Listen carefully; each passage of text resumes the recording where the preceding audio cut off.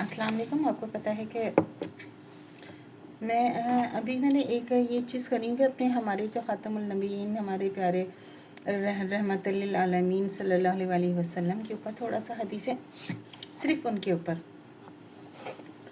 कि हमारे नबी का अखलाक कैसा था, वो ख़ुद कैसे थे, उनकी शुजाअत, उनका अहद जो है वो कैसा था, थोड़ा सा उसके बारे में भी पढ़ना बहुत ही ज़रूरी है। क्योंकि देखिए हम वक्तन फ़वक्तन ना चीज़ें भूल जाते हैं। ये नहीं कि हमें पता नहीं है, पता हम सबको, लेकिन वक्तन फ़वक्तन हम चीज़ें भूल जाते हैं और उसको याद करना बहुत ही ज़रूरी होता है।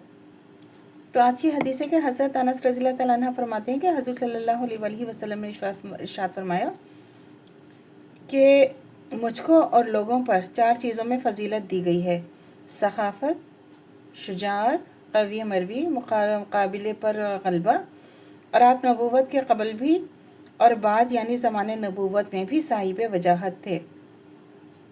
ग़ज़वा हनैन के मौके पर कुफ़ार के तीरों की बौछार से सहाबा इकराम में एक किस्म का हैजान, परेशानी और तज़ल्ज़ुल व डगमगाहट का पैदा हो गई थी, मगर हज़ूर अकरम सल्लल्लाहु अलैहि वसल्लम ने अपनी जगह से जंबिश तक न फरमाई। हालांकि घोड़े पर सवार थे और अबू सफियान बिन हारिस आपके घोड़े की लगाम पकड़े खड़े थे। कुफ़ार चाहते थे कि हुज़ूर पर हमला कर दें, चुनांचा आप घोड़े से उतरे और अल्लाह ताला से दुआ मांगी और ज़मीन से एक मुश्त खाक उठाकर दुश्मनों की तरफ फेंकी, तो कोई काफिर ऐसा ना था जिसकी आंखों में इसके खाक ना भर गई हो। हुज़ूर सल्लल्लाहु अलैहि वसल्लम ने इस वक्त ये शेर पढ़े कि मैं नबी हूँ, इसमें कज़ब नहीं, अब मैं अब्दुल मुत्तलिब की औलाद हूँ। इस रोज़ आपसे ज़्यादा बहादुर, शुजा और दिलेर कोई ना देखा गया। यह है मदारजतुल नबुव्वा।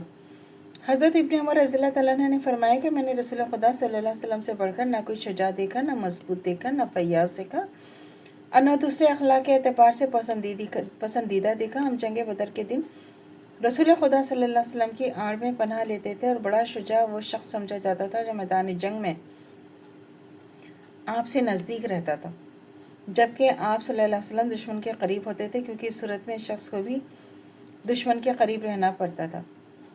तो ये आप देखें कि हमारे नबी की बहादुरी और शुजाअत का क्या आलम था।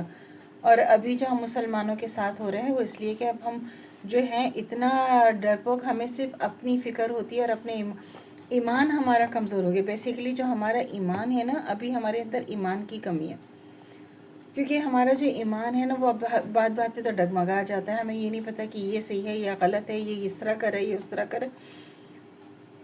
हमारे नबी ने फरमाया था सिर्फ कुरान और हदीस, कुरान है और हदीस है, इसके अलावा आपके पास कुछ नहीं है। जब आपने सोचे या समझते हैं वो सिर्फ कुरान और हदीस की रोशनी में।